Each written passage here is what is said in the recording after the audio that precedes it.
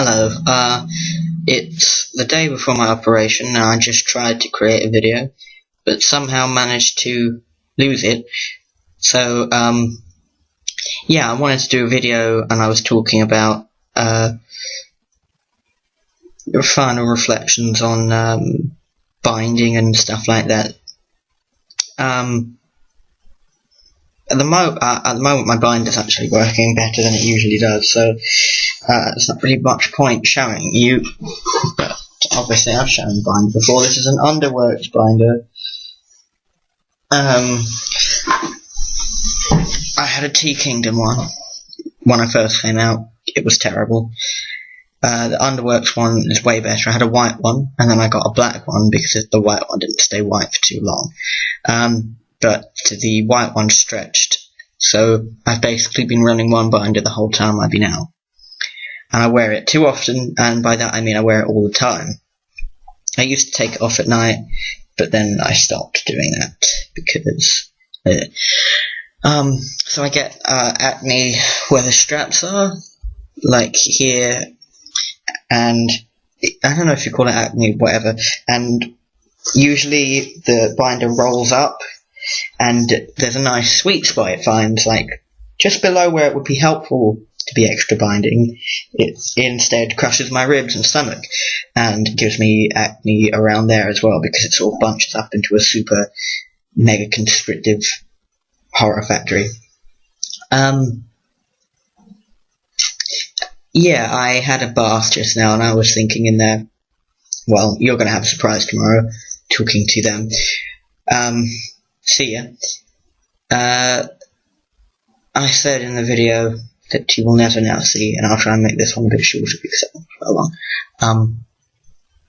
It's kind of like the whole time I've been alive, I've been looking after someone else's body, and now on T, more and more it starts to feel like mine, and like, yeah, this is me, this is cool.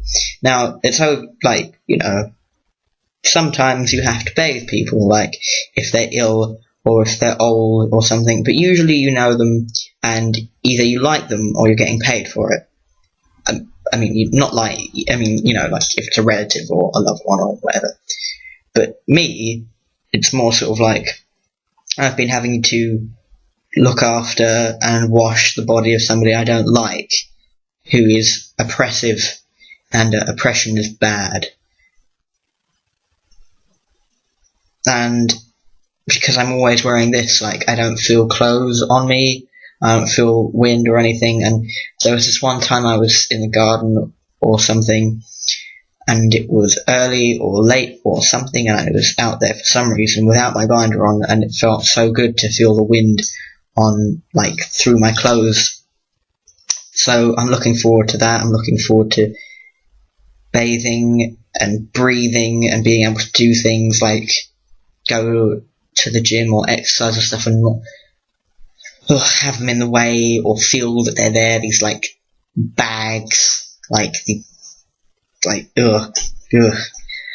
But yeah, I can't wait to like go swimming and do stuff like that. It'll be great, like, and just to not have this like constricting thing that is always there, it's always uncomfortable, you're always thinking about it, it's like in the back of your mind, like sorting top out, trying to stretch it a bit when it bunches up, because it's like, today on the coach it was especially painful. Like, obviously since I have one and I wear it all the time, doesn't really give me many opportunities to wash it.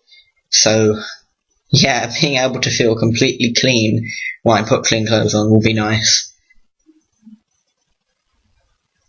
Yeah, no love lost at all.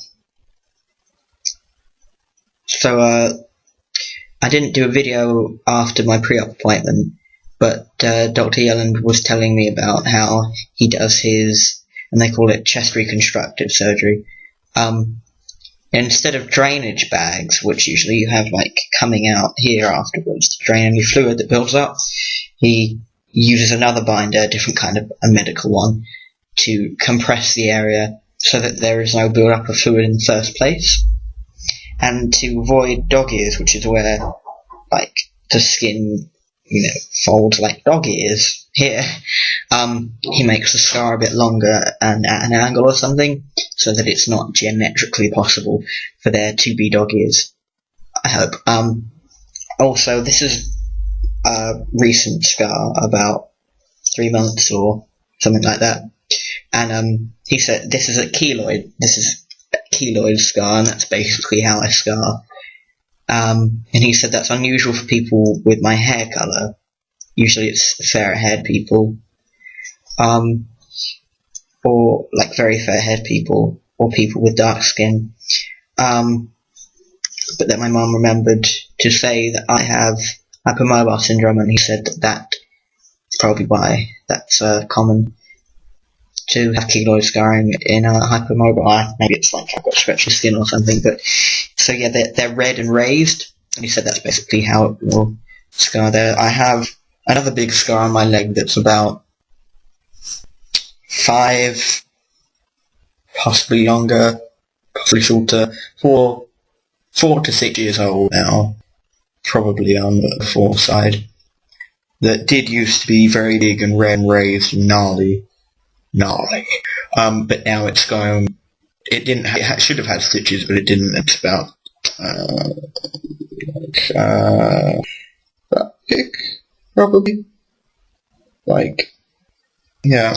But now it's turned white, and, it's still obvious, but I imagine that's the process, that's how it will turn, and I have a good indication of when the scar will start to look better by how this will start to look. So, if in 6 months it looks a bit better, I can say, 9 months or 3 months till these will be, yeah, that's that. So I'm and I go back to London Friday, so I'm staying in the night tomorrow. My friends, Paul and Ray, coming down to take me to the hospital, take back and look after me on Friday. Today I've got the whole place to myself, and I've got Brighton to myself, basically. So much fun. It gives time to think and reflect and things like that.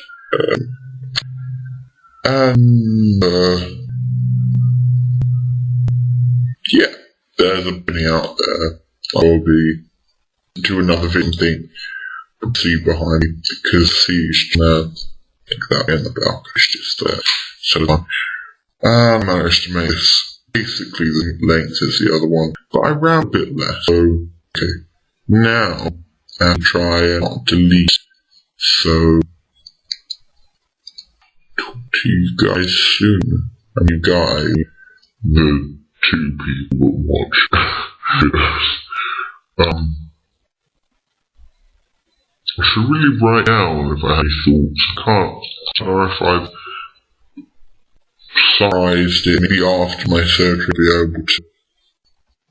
It's just been a horrible inconvenience, basically. So it would be amazing to just kind of more normal and not have things holding me back.